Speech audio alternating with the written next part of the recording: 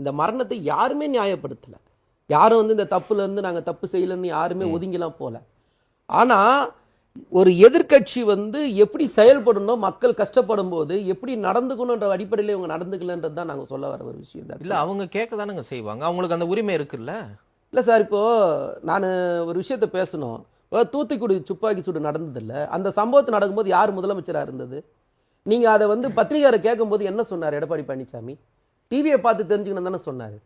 இன்னைக்கு யாராவது அந்த மாதிரி ஒரு அமைச்சரோ யாராவது ஒரு அதிகாரி அந்த மாதிரி இருக்காங்களா? அந்த மாதிரி பதில் சொல்றாங்களா பொறுப்பு இல்லாம? அதை நம்ம யோசிக்கணுமா இல்லையா? அப்ப நாங்க வேலையே செய்யலன்ற குற்றச்சாட்டு இவங்க எப்படி சொல்ல முடியும்? முதல் ஒரு விஷயம். ரெண்டாவது வந்து ராஜினாமா செய்யணும் முதலமைச்சர் அப்படின்னு அவரு பேசுறாரு. நான் என்ன கேட்கறேன்னா, தூத்துக்குடி துப்பாக்கி சூட்டுக்கு வந்து நீங்க ராஜினாமா பண்ணீங்களா? சரி, இல்லைன்னா வந்து கொரோனா காலகட்டங்களில் இதே மாதிரி வந்து மரணம் வரும்போது நீங்க ராஜினாமா பண்ணீங்களா? சரி, அம்மையார் அவர்கள் வந்து கும்பகோணம் மகாமக குளத்துல போய் நீராடும் போது ஒரு 48 பேர் இறந்தாங்கல்ல, அப்ப நீங்க பதவி ராஜினாமா பண்ணிட்டு போனீங்களா 92ல?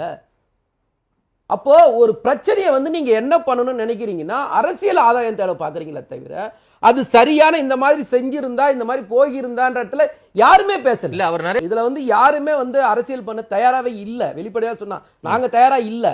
ஆனா இந்த மரணத்துல நீங்க அரசியல் பண்றீங்கன்னு தான் நாங்க சொல்றோம்.